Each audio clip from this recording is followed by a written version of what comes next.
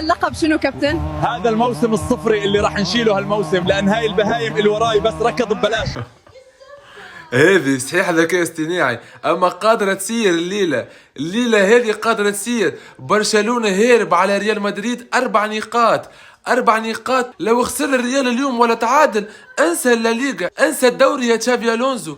برشلونة حلق في الفضاء في المركز الاول، بعيد عليك 4 نقاط، وبعودة بيدري وبعودة رافينيا. صعيب برشا كان مازال يتعثر برشلونة، لكن ريال مدريد التوا ملقاه الخطاء اللازمة للربح، التوا ملقاه ثنية الربح بعد انتصاره على برشلونة.